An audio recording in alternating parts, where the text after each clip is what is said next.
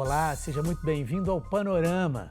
A Secretaria de Saúde de Minas Gerais já decretou estado de emergência por causa da epidemia de dengue e chikungunya no início desse ano. Até os primeiros dias de fevereiro, em Minas foram mais de 42 mil casos de dengue confirmados e outros 120 mil em investigação. 9 mortes foram registradas até agora. Em todo o Brasil, o número de infecções esse ano mais que dobrou em relação ao mesmo período de 2023. No panorama de hoje, vamos tentar entender como enfrentar a epidemia dessas chamadas arboviroses. Esse ano, uma vacina contra a dengue foi incorporada ao Sistema Único de Saúde e deve começar a ser aplicada em breve. Não saia daí, o panorama está só começando.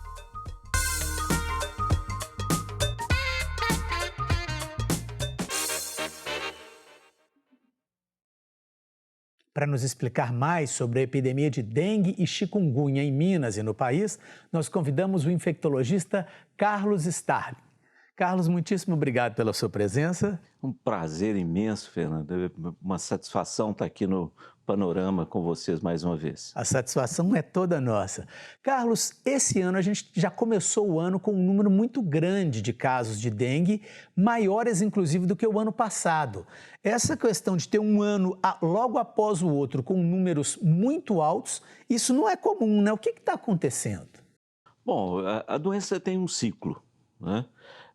A cada 3, 4 anos, nós temos um pico de casos que corresponde a um número de pessoas vulneráveis e também a circulação de um vírus diferente daquilo que vinha circulando, de um sorogrupo diferente.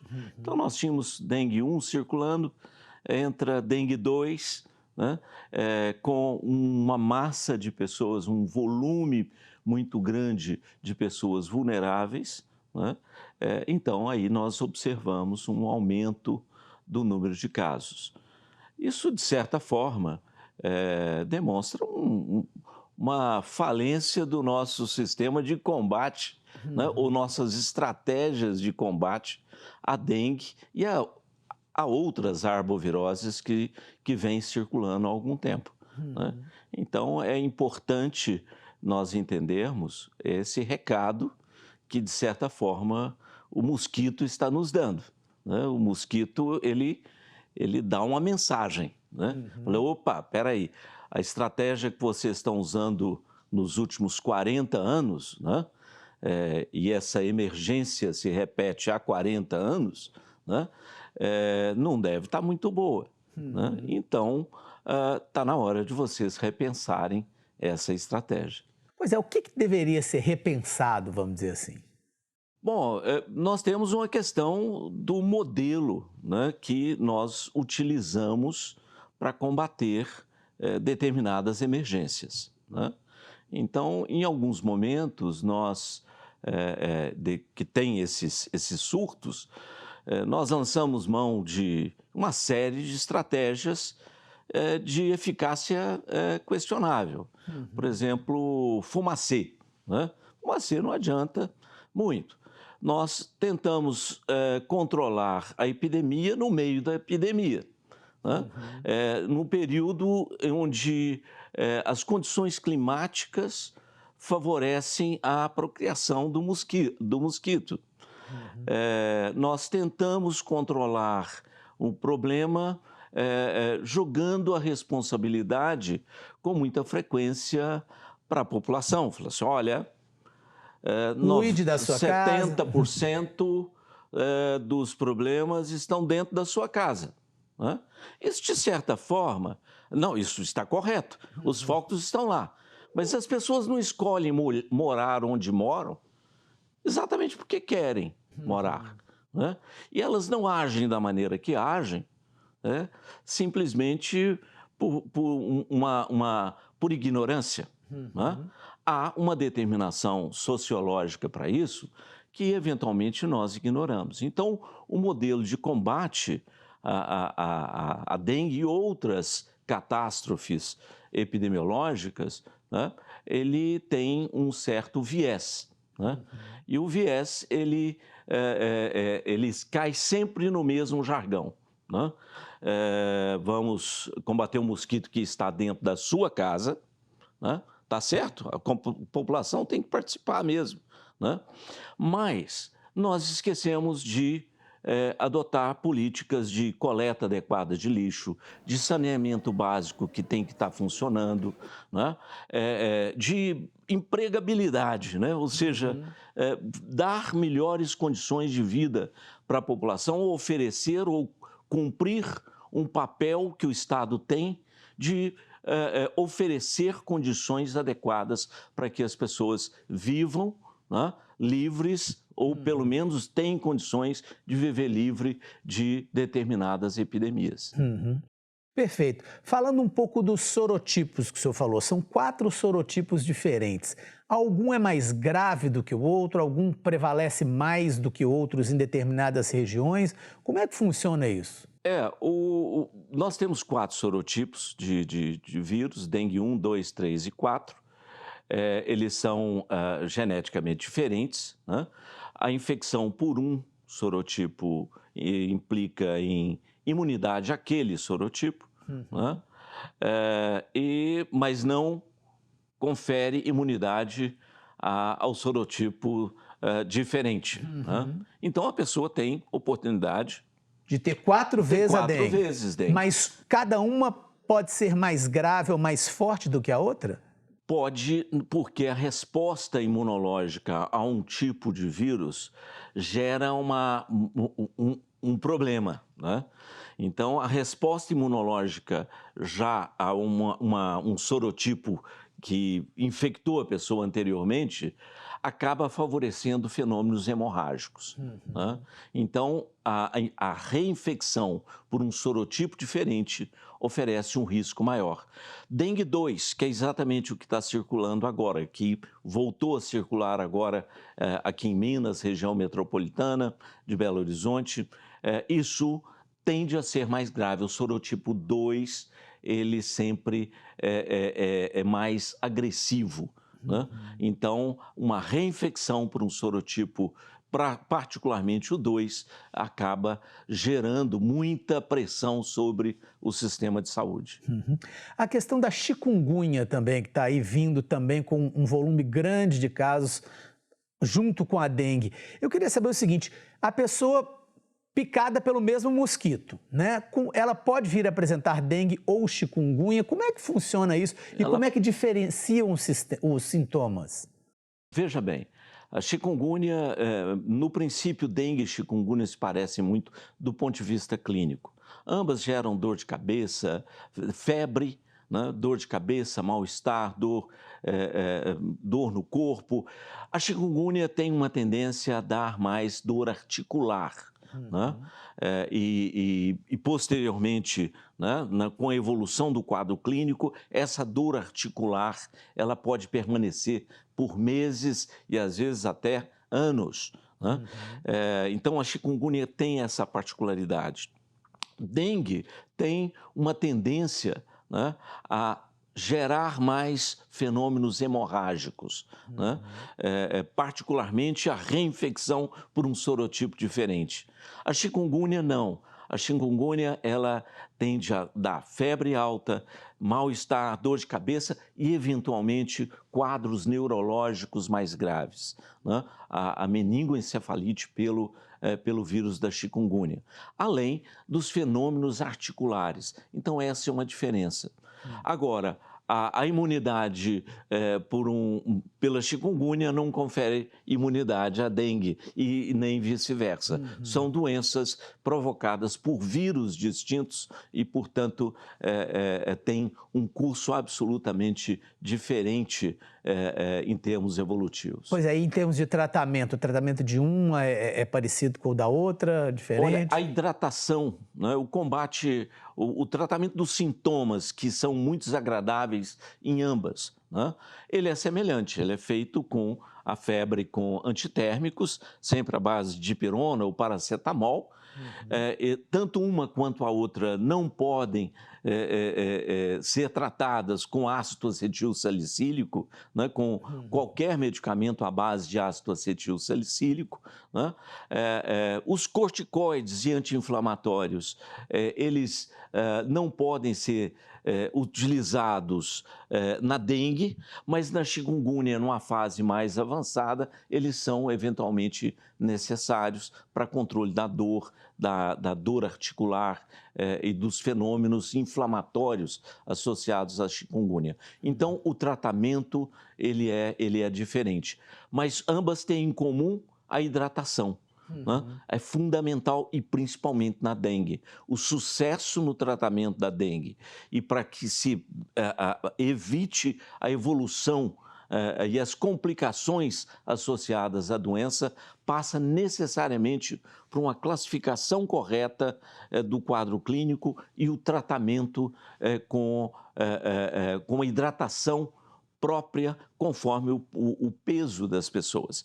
Então, água, líquido é fundamental em ambas, particularmente na dengue. Perfeito. Bom, como a gente já sabe, os picos de casos de dengue costumam ocorrer assim em ciclos, como o doutor Carlos falou, em geral de 3 em 3 anos.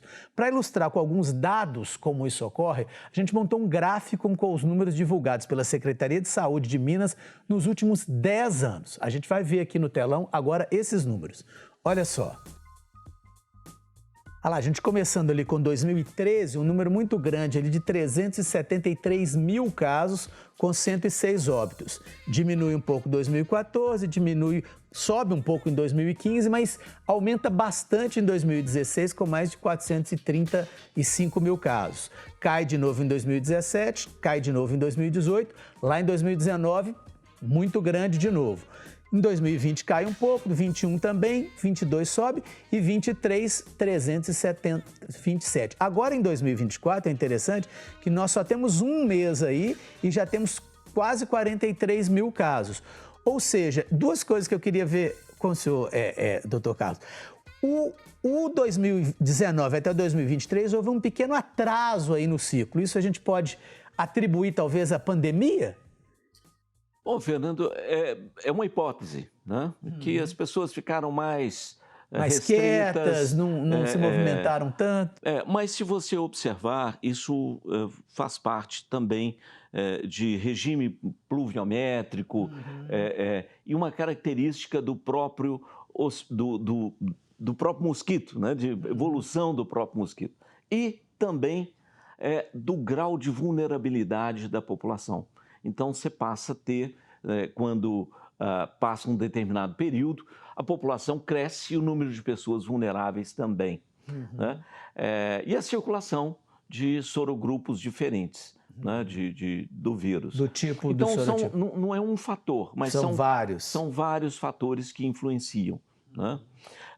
E é muito interessante, porque o mosquito tem, o Aedes aegypti, particularmente, ele tem 190 milhões de anos de evolução. Nós temos uma espécie, o Homo sapiens surgiu mais ou menos 60 milhões de anos. O mosquito ele tem 3 vezes mais adaptação do que nós em termos de tempo de experiência nesse planeta. Então, combater esse mosquito com medidas tradicionais, né, é pouco eficaz. Né? Ele leva uma ampla vantagem, ele já destruiu exércitos, ele modificou perfil histórico da própria humanidade. Né?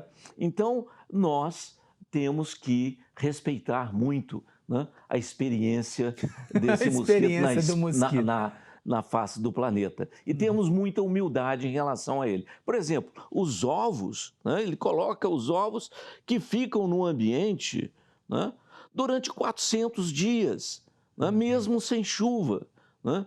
Basta uma gota de chuva para que esses ovos eclodam e que nasça um novo mosquito. Então, a adaptação dele é fantástica. Né?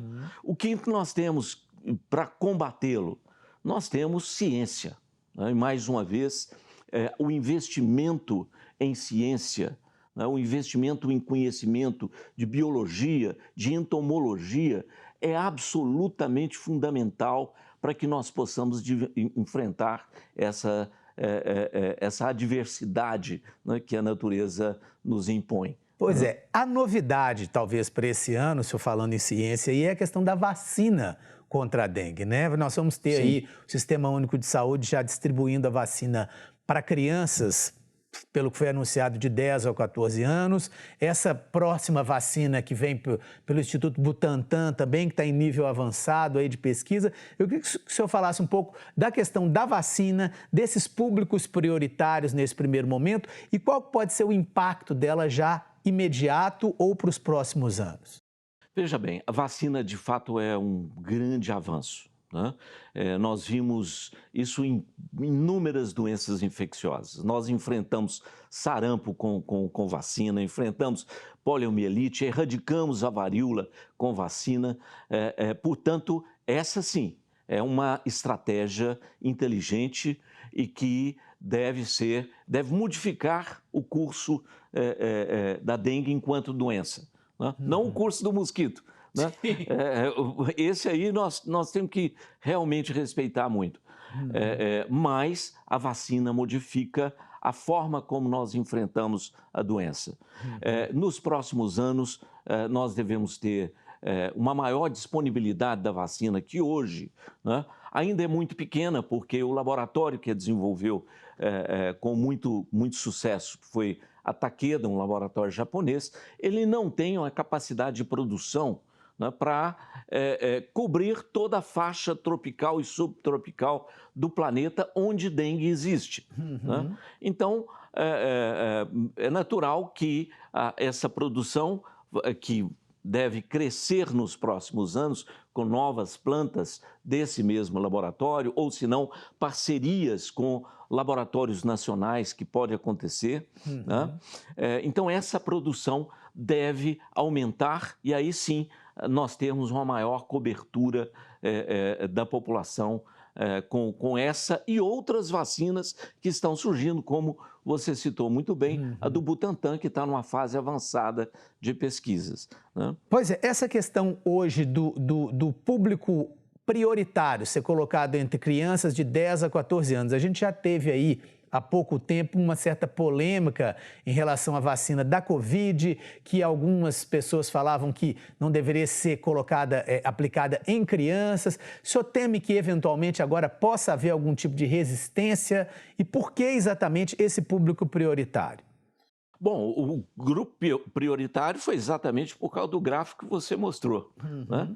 Aqueles picos que ocorrem, né, e que ocorreram nos anos anteriores, acometeram mais essa faixa etária, né, e levaram mais essa faixa etária para dentro dos hospitais, para os pronto-atendimentos. Então, apesar de dengue ser muito grave em crianças abaixo de 4 anos, onde a vacina ainda tem que ser pesquisada de forma adequada, e acima de 60 anos, onde as pessoas têm comorbidades, mas ainda não tem N suficiente ou não tem dado estatístico suficiente para mostrar segurança e efetividade da vacina nesses grupos. Mas entre 4 e 60 anos, sim, tem dados suficientes que mostraram a eficácia principalmente contra a dengue 2, que é o mais grave. A eficácia dessa vacina chega a 92% para dengue 2.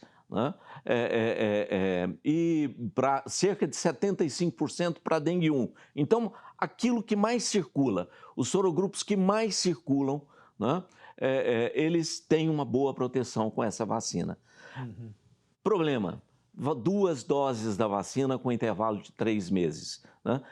Isso realmente dificulta, do ponto de vista logístico, a cobertura da população. Daí uma possível vantagem da vacina que deve vir do Butantan, que é uma dose só. Portanto, investimento em ciência, em pesquisa, é fundamental.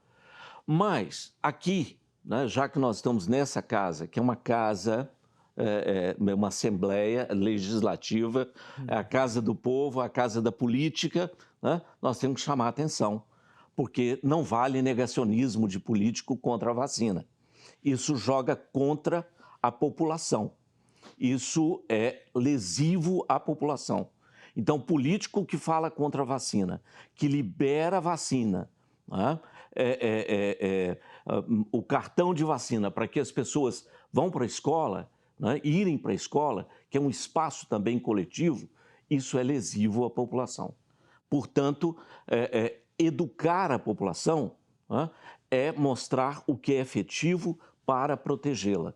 Por isso, a gente implora aos políticos dessa casa, né, que reforcem a importância da vacinação e jamais, né, questionem esse ponto científico que mudou tanto a nossa história contra inúmeras doenças infecciosas.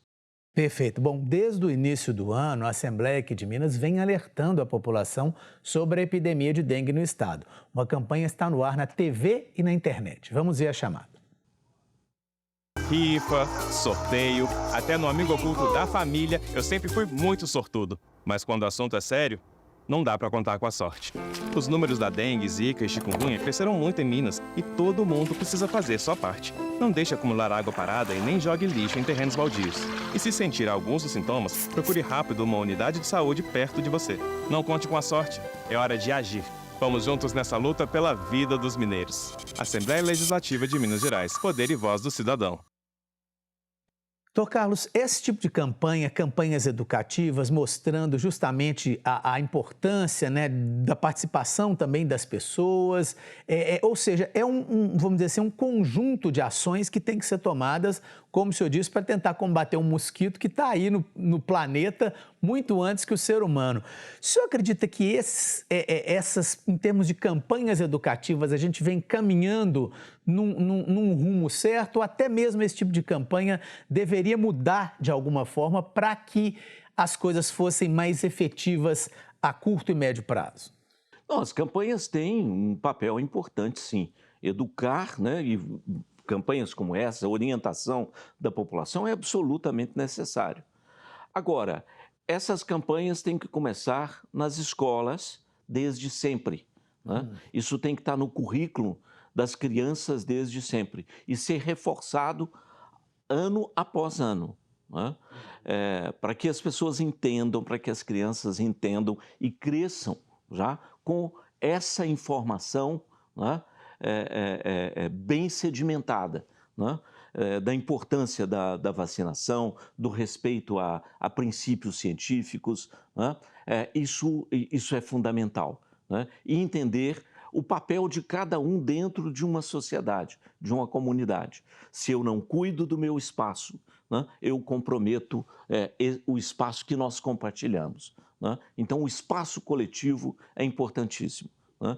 E a valorização da própria democracia, né? Porque se nós não valorizarmos, né, o direito de cada um, né, nós acabamos desrespeitando o direito de todos. Perfeito. Carlos, muitíssimo obrigado pela sua entrevista. Prazer imenso, uma satisfação estar com você aqui mais uma vez, Fernando. Muitíssimo obrigado. Bom, e o Panorama de hoje termina aqui. Muitíssimo obrigado pela sua audiência e até o nosso próximo programa.